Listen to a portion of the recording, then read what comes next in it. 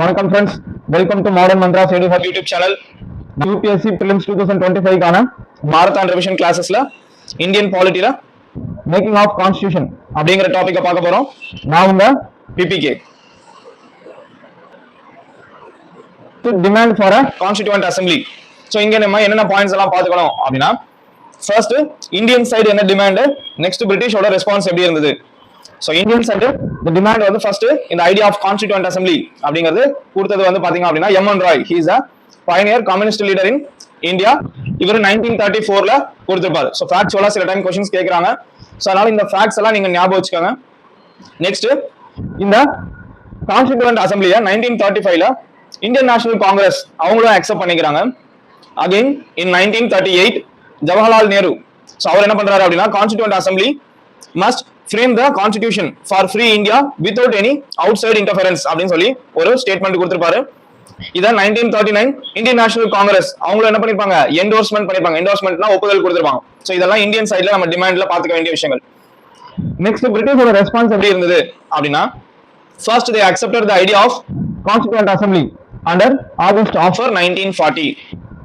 இத இந்தியன்ஸ் ஒத்துக்க மாட்டாங்க, இந்தியன் நேஷனல் காங்கிரஸ் ஒத்துக்க மாட்டாங்க. சோ அகைன் அதுக்கு பதில் என்ன பண்ணுவாங்க, 1942ல they will come up with Cripps mission 1942. so இதையும் இந்தியன் நேஷனல் காங்கிரஸ் வந்து அப்போஸ் பண்ணும். so ஃபைனலா they will come up with cabinet mission plan. so இந்த cabinet mission plan என்ன பண்ணுது அப்படின்னா, இந்த time Indian national Congress, all India Muslim League இவங்க ரெண்டு பேரும் ஆப்போசிட்டா ரெண்டு நாடு ஸோ பார்ட்டிஷன் பண்ணணும், ரெண்டு நாடு அப்படிங்கிற ஒரு கோரிக்கையில பாகிஸ்தான் இருக்காங்க. ஸோ இந்த டைம்ல என்ன பண்றாங்க, cabinet plan mission plan accepted the concept of single constituent assembly. சரிங்களா, அதே மாதிரி ரெண்டு கான்ஸ்டிடியூவன்ட் அசெம்பிளி வேண்டாம் அப்படிங்கறதையும் இவங்க சொல்லிடுறாங்க. Next composition of the constituent assembly. So இதுல என்னெல்லாம் பாயிண்ட்ஸ் பாத்துக்கணும் அப்படின்னா, under cabinet mission plan 1946 the constituent அசெம்பிளியோட காம்போசிஷனை டிசைட் பண்ணிருக்காங்க. the total strength of assembly அப்படிங்கிறது it will be 389. சரியா, 389 பேர் டோட்டல் மெம்பர்ஸ் இருப்பாங்க. இதுல 296 பேர் வந்து பாத்தீங்க அப்படின்னா they will be from the British province. சரியா, பிரிட்டிஷ் ப்ராவின்ஸ்ல இருந்து 296 பேருக்கும் பிரின்ஸ்லி ஸ்டேட்ஸ் சேர்ந்தவங்க 93 சீட்ஸும் கொடுத்திருப்பாங்க. இந்த பிரிட்டிஷ் ப்ராவின்ஸ்ல out of 296 seats 292 seats were given to governor provinces. so இந்த time there will be 11 governor provinces. so அவங்களுக்கு 292 சீட்ஸ் இருக்கும். மிச்சம் 4 சீட் யாருக்கு அப்படின்னு பாத்தீங்க அப்படின்னா, சீஃப் கமிஷனர் provinces அப்படின்னு சொல்லி ஒரு 4 ஏரியாஸ் இருக்கும், அவங்களுக்கு ஒரு 4 சீட் கொடுத்துறாங்க. சோ அப்போ டோட்டலா 296. சோ அப்ப இந்த provinces and princely states இவங்களுக்கு எவ்வளவு சீட்ஸ் அப்படிங்கறது எப்படி டிசைட் பண்றாங்க அப்படின்னா, it is based on their respective population. சரிங்களா, எவ்வளவு பாப்புலேஷனோ அதுக்கேற்ற மாதிரியான சீட்ஸ் வந்து ப்ரொபோர்ஷனலா அரேஞ்ச் பண்றாங்க. நெக்ஸ்ட் வந்து பாத்தீங்க அப்படின்னா, the seats were divided between three principal communities like Muslims, Sikhs and general. so இந்த மாதிரி மூணு கேட்டகரிஸா பிரிச்சு அவங்களோட பாப்புலேஷனுக்கு ஏற்ற மாதிரி என்ன பண்றாங்க, அவங்களுக்கு சீட்ஸ் அலோகேட் பண்றாங்க. so representatives of the community were elected by provincial legislative assembly. so provincial legislative assembly members தான் இவங்கள elect பண்றாங்க by the method of proportional representation by means of single transferable vote அப்படிங்கிற கான்செப்ட்ல elect பண்றாங்க. next வந்து the princely states they were nominated by the head of the princely states. இங்க நம்ம என்ன பாத்துக்கணும் அப்படின்னா, டிஃபரன்ஸ் இந்த பாயிண்ட்ல people from British provinces they are elected அப்படிங்கறதையும், பிரின்ஸ்லி ஸ்டேட்ஸ்ல இருக்கவங்கள they are nominated அப்படிங்கறதையும் நம்ம பாத்துக்கணும். அதனால தான் இந்த constituent assembly is a partly elected and partly nominated body அப்படின்னு கொடுத்திருப்பாங்க. சரியா, working of constituent assembly. so working of constituent assemblyல first வந்து பாத்தீங்க அப்படின்னா, constituent assembly held its first meeting on December 9 1946. இந்த factual informations நோட் பண்ணி வச்சுக்கோங்க. நமக்கு டிஎன்பிஎஸ்சி எக்ஸாம்ஸ் எழுதும்போது இது ரொம்ப யூஸ்ஃபுல்லா இருக்கும். சோ அந்த டைம் மனப்பாடம் பண்ணுன்றதுல இப்போ படிக்கும்போது நீங்க ரிமெம்பர் பண்ணிட்டே இருந்தீங்கன்னா போதும். So December 9 1946 they held its first meeting. சரிங்களா, சோ இதுல it was attended by only 207 members. only 207 members தான் இந்த மீட்டிங் அட்டெண்ட் பண்றாங்க. it was boycotted by Muslim League. சரியா, இந்த constituent assembly was boycotted by Muslim League and Dr. Sachidananda Sinha, the oldest member, was elected as the temporary chairman of the constituent assembly. so இது எந்த பேசிஸ்ல select பண்றாங்க அப்படின்னா, following the French practice. again December 11 1946ல Dr. Rajendra Prasad was elected as permanent chairman of the assembly and January 25th, 1947, H.C. Mukherjee was elected as Vice President of the Assembly. So அதே இதுக்கு அப்புறம் later so அசம்பிளியில் உங்களுக்கு 2 vice president இருந்தாங்க.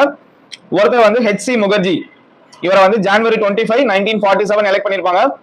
இன்னொருத்தர் வந்து V.T. Krishnamachari, so இவரை July 16, 1947 elect பண்ணியிருப்பாங்க. Next வந்து objectives resolution.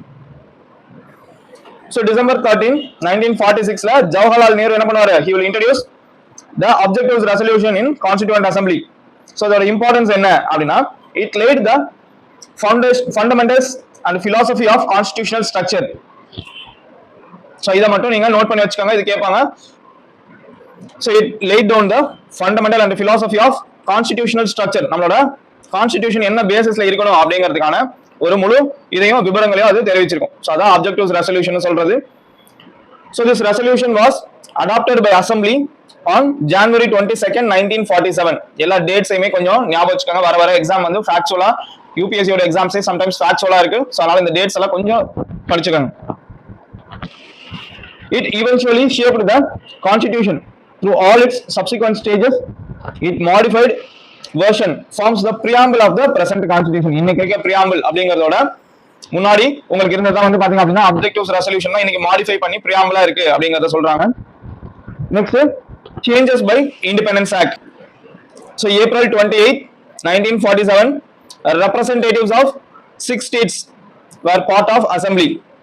After the acceptance of Mountbatten Plan, June 3, 1947, for the partition of country, the representatives of most of the princely states took their seat in Constituent Assembly. சரியா? Independence Act 1947 என்னன்னா இதெல்லாம் கொடுத்திருக்காங்க அப்படின்னு பாத்தீங்கன்னா, the assembly was made a fully sovereign body. சரியா? அவங்களுக்கு முழு அதிகாரங்களையும் கொடுத்துறாங்க. சாவரின் பவர்ஸ் அப்படின்னா அவங்க எடுக்கிற முடிவுகளுக்கு அவங்களே என்ன வேணாலும் பண்ணிக்கலாம் அப்படிங்கிற பவர்ஸ், சாவரின் பவர்ஸ் கொடுத்துறாங்க. Next the assembly, constituent assembly also becomes the legislative body. சரியா? சோ ஒரே அசெம்பிளி தான், 2 ஃபங்க்ஷன்ஸ். கான்ஸ்டிடியூஷன் எழுதும்போது இத கான்ஸ்டிடியூவன்ட் அசெம்பிளின்னு சொல்றோம். அதர் லெஜிஸ்லேட்டிவ் ஒர்க்ஸ் பண்ணும்போது லெஜிஸ்லேட்டிவ் பாடி அப்படின்னு சொல்றோம். சோ இந்த லெஜிஸ்லேட்டிவ் ஃபங்க்ஷன்ஸ் பண்ணும்போது இதோட சேர்மன் யாரா இருக்காங்க அப்படின்னா ஜிவி மௌலான்கர். இதுவே இது constituent assembly to conduct the constitutional மீட்டிங்ஸா இருக்கும்போது அதோட சேர்மன் யாரா இருக்காங்க? டாக்டர் ராஜேந்திர பிரசாத். சோ இதை மட்டும் நோட் பண்ணி வச்சுக்கோங்க. த முஸ்லீம் லீக் மெம்பர்ஸ் அவங்க ஆஃப்டர் த இண்டிபெண்டன்ஸ் ஆக்ட் என்ன பண்றாங்க? செப்பரேட்டா பாகிஸ்தான் அப்படின்னு சொல்லி ஒரு ஸ்டேட் வந்தனால அவங்க எல்லாம் they withdrew from the constituent assembly. so the original strength of 389 அப்படிங்கிறது 299 குறைஞ்சு போயிடுது. நெக்ஸ்ட் வந்து பாத்தீங்க அப்படின்னா other functions performed அப்படிங்கிறது. சோ கான்ஸ்டிடியூவன்ட் அசெம்பிளி என்னென்ன ஃபங்க்ஷன்ஸ் எல்லாம் பெர்ஃபார்ம் பண்ணுச்சு அப்படின்னா, making of constitution, enactment of ordinary laws. இந்த ரெண்டு தான் அதோட முக்கியமான வேலை. in addition to this it also performed the following functions. first வந்து ratification of Indian membership in Commonwealth in May 1949. so year பார்த்து வச்சுக்கோங்க, மே மாசம் 1949. சரியா? அடுத்து adopted national flag on July 22, 1947. so நம்மளுக்கு இண்டிபெண்டன்ஸ் ஆகஸ்ட் 15, 1947 கிடைச்சிருக்கும். சோ அதுக்கு முன்னாடி நமக்கு ஒரு டேட் வேணும். சோ அதனால அப்பதான் கொடி ரெடி பண்ண முடியும். சோ அப்படி ஞாபகம் வச்சுக்கோங்க, ஜூலை 22 உங்களுக்கு நேஷனல் ஃபிளாக் ரெடி ஆயிடுது. Next it adopted the national anthem and national song. சரியா? On January 24, 1950. அப்ப பிஃபோர் யுவர் ரிபப்ளிக் டேக்கு முன்னாடி தான் என்ன பண்றாங்க? இந்த ரெண்டையும் அடாப்ட் பண்றாங்க. And they elected doctor Rajendra Prasad as first president of India on January 24, 1950. ஏன்னா ரிபப்ளிக் டேல பிரசிடென்ட் தான் முக்கியமானவர். சோ அவர் இருக்கணும் அப்படிங்கறதுனால ஒரு நாளைக்கு முன்னாடியே அவரை தேர்ந்தெடுக்கிறாங்க. சோ இந்த ஃபேக்ட்ஸ் கொஞ்சம் ஞாபகம் வச்சுக்கோங்க. Next committees of constituent assembly. So constitution அசெம்பிளில உங்களுக்கு கான்ஸ்டிடியூவன்ட் அசெம்பிளில நிறைய கமிட்டிஸ் இருந்தாங்க. சோ அதுல மேஜர் கமிட்டிஸ் அப்படின்னு பாத்தீங்க அப்படின்னா union powers committee, union constitution committee. So இது ரெண்டோட சேர்மனும் வந்து பாத்தீங்க அப்படின்னா ஜவஹர்லால் நேரு. சோ புக்ல மார்க் பண்ணி வச்சுக்கோங்க. நெக்ஸ்ட் வந்து பாத்தீங்க அப்படின்னா எங்க உங்களுக்கு டிஃபரன்ஸ் வரும் அப்படின்னா இந்த ஸ்டேட்ஸ் கமிட்டி அப்படின்னு ஒன்று இருக்கும். 7th states committee for negotiating with states. நார்மலா இந்த டைம் வந்து மினிஸ்டர் ஆஃப் ஸ்டேட் அப்படின்னு சொல்றது வந்து பாத்தீங்க அப்படின்னா ஹோம் மினிஸ்டர் அப்படிங்கிறது உங்களோட சர்தார் பட்டேல் இருப்பார். சோ அங்க கன்ஃபியூஸ் ஆகும், இது ஜவஹர்லால் நேரு தான் இருக்கும். சோ எங்கெல்லாம் ஜவஹர்லால் நேரு வராரு? சோ 3 இடங்கள்ல வராரு. So first union powers committee, next union constitution committee, next states committee. So இந்த 3 இடங்கள்லயும் ஜவஹர்லால் நேரு சரிங்களா? சர்தார் பட்டேல் அப்படிங்கிறது ரெண்டு இடங்கள்ல நீங்க பார்க்க முடியும். ஒன்னு வந்து பாத்தீங்க அப்படின்னா provincial constitution committee by Sardar Patel, advisory committee on fundamental rights, minorities and tribal and excluded areas.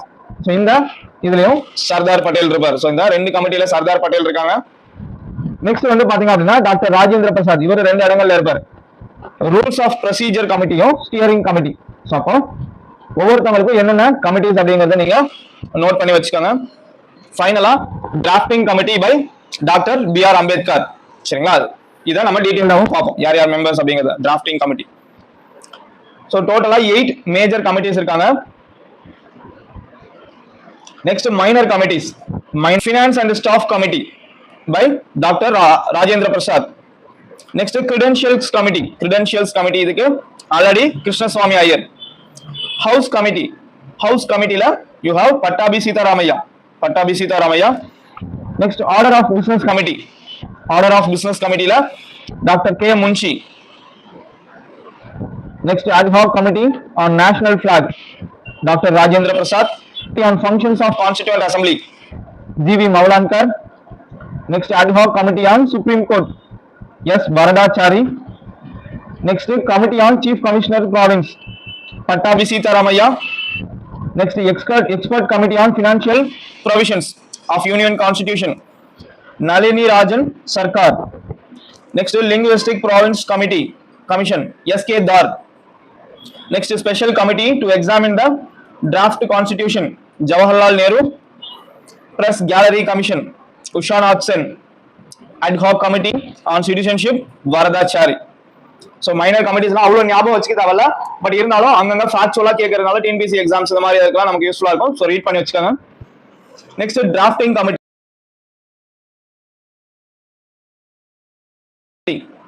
So constitution draft பண்றதுல இந்த டிராஃப்டிங் கமிட்டியோட ரோல் தான் ரொம்ப முக்கியம். So this was presided by Dr. B.R. Ambedkar, chairman. So this was set up on August 29, 1947. சரியா? So other members யார் அப்படின்னு பாத்தீங்க அப்படின்னா N. Gopalaswami Ayyangar, already Krishnaswami Iyer, doctor K. M. Munshi, Syed Mohammad Saadulla. Next N. Madhav Rao. So இவர் BL மீட்டர் அப்படின்னு ஒருத்தர் இருந்திருப்பாரு. ஸோ அவருக்கு பதிலாக இவரை போட்டிருப்பாங்க. Next T.T. Krishnamachari. He replaced D.P. Kaitan. என்ன கைத்தன் அப்படிங்கிறவரு enactment of அவருக்கு பதிலா you will have constitution. Dr. Ambedkar introduced the final draft of constitution in the Constituent Assembly on November 4, 1948. So first reading அப்படிங்கிறதுக்காக November 4th 1948 introduce பண்ணிருக்காங்க. Reading அப்படிங்கிறது it started on November 15, 1948 ஆரம்பிச்சு it ended on October 17, 1949. சரியா? So third reading it started on November 14, 1949 and finally it was accepted. It was declared as passed on November 26, 1949. So இத தான் சொல்லிருக்காங்க, the constitution as adopted on November 26, 1949 contained the preamble, 395 articles and 8 schedules. The preamble was enacted after the entire constitution was already enacted. சரியா? இப்போ constitution அப்படின்னு சொல்லும்போது கான்ஸ்டிடியூஷனோட enactment பத்தி பேசும்போது நீங்க என்ன சொல்லுவீங்க? இந்த டேட்னு சொன்னா it should be November 26, 1949. சரியா? நெக்ஸ்ட் வந்து பாத்தீங்க அப்படின்னா enforcement of the constitution. வந்து so certain provisions வந்து பாத்தீங்கன்னா அப்படின்னா November 26, 1949 இம்ப்ளிமெண்டேஷனுக்கு வந்தது. Like citizenship, elections, provincial parliament, temporary and transitional powers and short title. so இது எல்லாமே November 26, 1947 வந்துருது. ரிமைனிங் ப்ரொவிஷன்ஸ் எல்லாம் என்ன பண்றாங்க? they came to force on January 26, 1950. ஏன் இந்த டேட் January 26, 1950 செலக்ட் பண்றாங்க அப்படின்னா it is the day on which உங்களோட Purna Swaraj resolution was passed by லாகூர் session of Indian national Congress. சரியா? ஸோ அவங்க பூர்ண ஸ்வராஜ் டே அப்படின்னு சொல்லி January 26 ஃபிக்ஸ் பண்ணிருப்பாங்க. ஸோ அந்த நாளை இது பண்றதுக்காக தான் ரிபப்ளிக் டேவை அன்னைக்கு ஃபிக்ஸ் பண்ணிருக்காங்க. So with the commencement or enforcement of Constitution, Indian Independence Act 1947, Government of India Act 1935. So இது எல்லாமே என்ன பண்றாங்க? It was repealed. However, the abolition of Privy Council Jurisdiction Act was still continuing. Next வந்து பாத்தீங்க அப்படின்னா expert committee of the Congress. So இங்க காங்கிரஸ் வந்து பாத்தீங்க அப்படின்னா on July 8, 1946 they will appoint a expert committee for the purpose of preparing material for the constituent assembly. சரியா? so by the chairman Jawaharlal Nehru. So நிறைய members இருப்பாங்க. ஸோ இவங்களோட ரோல் ரொம்ப முக்கியமானது. ஸோ கான்ஸ்டிடியூஷன் ஃபியூச்சர் கான்ஸ்டிடியூஷன் எப்படி இருக்கணும் அப்படிங்கிறதுக்கு முன்னாடியே மெட்டீரியல்ஸ் எல்லாம் ப்ரிப்பேர் பண்ண ஆரம்பிச்சிருப்பாங்க. Granville Austin an American constitutional expert, அவர் என்ன சொல்லிருக்காரு அப்படின்னா இந்த கான்ஸ்டிடியூஷனல் எக்ஸ்பர்ட் கமிட்டியை பத்தி, it was the Congress expert committee that set India on the road to her present constitution. சரியா? சோ அந்த அளவுக்கு இதோட இம்பார்ட்டன்ஸ் ரொம்ப முக்கியமானது. ஃபைனலா கிரிட்டிசிசம்ஸ் பாத்தீங்க அப்படின்னா first it is not a representative body. ஏன்னா மக்கள் வந்து இதை தேர்ந்தெடுக்கல அப்படிங்கறத சொல்லியிருக்காங்க. Next not a sovereign body அப்படின்னு சொல்லியிருப்பாங்க. It is a time consuming.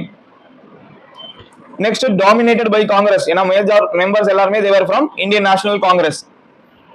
And lawyer politician domination. Most of the members in the constituent assembly ல யார் இருந்தாங்க அப்படின்னா lawyers and politicians இருந்தாங்க. And finally you have dominated by Hindus. சரியா? Dominated by Hindus. So important facts related to your constitution making. அதுல elephant was adopted as symbol of constituent assembly. So இந்த மாதிரி facts எல்லாம் ஞாபகம் வச்சுங்க. இப்பலாம் ரீசெண்டா கேக்குறாங்க. elephant was adopted as a symbol of constituent assembly. Next constituent assembly ஓட advisor அப்படினு பாத்தீங்கன்னா Sir B.N. Rao. He is the constitutional advisor. Next secretary to the constituent assembly அப்படினா H.V.R. Iyengar. அவர் வந்து secretary.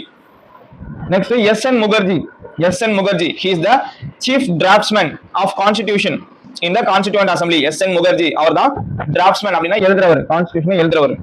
நெக்ஸ்ட் பிரேம் பிஹாரி நரேன் ரைசடா. இவர் வந்து பாத்தீங்க அப்படினா he is the calligrapher of Indian constitution. சரியா? The original constitution was handwritten by him in a flowing italic style. Prem Behari Narain Raizada. So என்ன ஸ்டைல்னு கூட பார்த்து வச்சுக்கோங்க. italic ஸ்டைல்ல எழுதிட்டாரு. Next old version was beautified and decorated by artists from Shantiniketan, including Nandalal Bose and before Ram Manohar Singha. So இவங்க ரெண்டு பேரும் இதுல இருந்த ஆர்டிஸ்டிக் ஒர்க் எல்லாம் பண்ணிருக்காங்க. Next before Ram Manohar Singha illuminated, beautified and ornamented the original preamble calligraphed by Prem Bihari Narayan Raisada. Next the calligraphy of Hindi version of the original constitution. So இப்போ ஹிந்தி வெர்ஷனுக்கு இந்த calligraphic work யார் பண்ணிருக்காங்க? Vasanth Krishna Vaidya. And it was decorated by Nandalal Bose. So இதெல்லாம் இதுல இருக்க important facts. Finally you have Hindi text of the constitution. Original constitutionல இந்த மாதிரி Hindi டெக்ஸ்டுக்கு provisions இல்லாம இருந்தது. Later 58th Constitutional Amendment Act 1987. சரியா? It inserted a new article 394A in the last part of constitution. 22nd partல introduce பண்ணிருக்காங்க. So இதுல என்ன நல்லா சொல்லிருக்காங்க அப்படினா the president shall cause to publish under his authority. யார் பப்ளிஷ் பண்ண முடியும்னு பாருங்க, president. சரியா? The translation of constitution in Hindi language. Making of constitution comes to an end.